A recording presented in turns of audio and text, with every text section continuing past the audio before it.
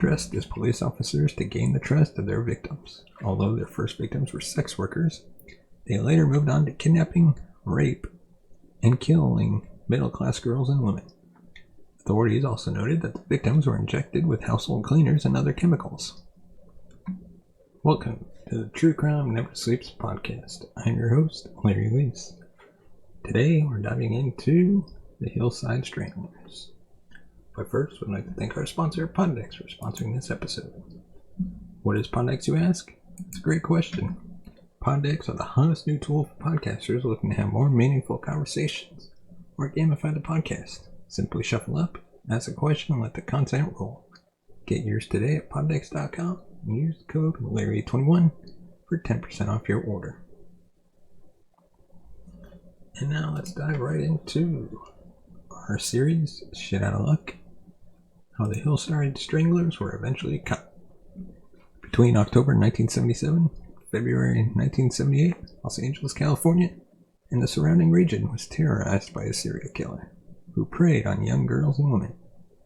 Because most of the victims were strangled and their bodies were found in the Hollywood Hills, the killer was dubbed the Hillside Strangler.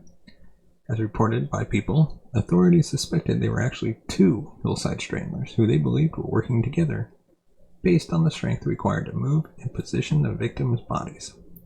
However, that information was not released to the public prior to the arrests of Angelo Bruno and Kenneth Bianchi.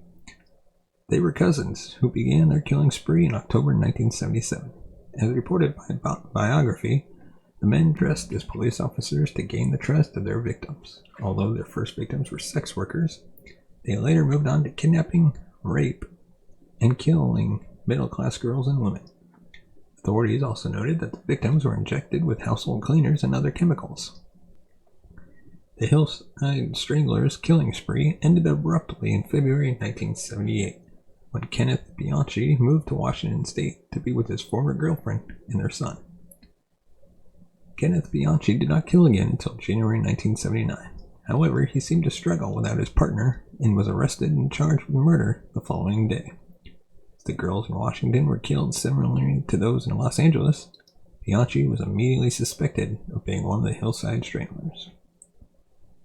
Authorities were further convinced Kenneth was one of the Stranglers when they realized he moved to Washington at the same time that the murders in Los Angeles abruptly stopped. Biography reports Kenneth Bianchi admitted killing several women. However, he insisted that he was legally insane. Although it was never proven or taken seriously by the court, Bianchi claimed he had multiple personality disorder. Bianchi implicated Angelo Bruno as his accomplice when he realized he was facing capital punishment. He later made a deal with prosecutors in which he admitted killing 2 women in Washington and 5 women in Los Angeles. He further agreed to testify against his cousin in exchange for life in prison as opposed to the death penalty. Angelo Bruno vehemently denied involvement in any of the Hillside Strangler killings. As reported by history, he underlined the fact that no physical evidence tied him to any of the murders. Prosecutors argued that Buono was so meticulous that his fingerprints were not even present in his own home. Biography reports that Kenneth Bianchi was ultimately sentenced to serve 6 life terms. Angelo was sentenced to life in prison without the possibility of parole. Angelo died in prison on September 21, 2002, at the age of 67. Kenneth Bianchi applied for and was denied parole in 2005. He is still alive and remains incarcerated. Let us know your thoughts on this topic in the comment section below, and don't forget to hit that like and subscribe button. Let us know what you thought about the Hillside Stranglers. Do you think they both deserve to die, even though they made a deal? Should they have got the death penalty? Or was their life sentence justified? But now on to one of our popular segments, the Pondex segment. The question is, what has been the scariest school shooting you have heard of and why? Honestly, I don't know if I'd consider any of them scary, but I guess I'd go with Columbine. I think just because that was kind of the start of a school shooting, so nobody really expected it to happen. So, I mean, it's gotta be Columbine.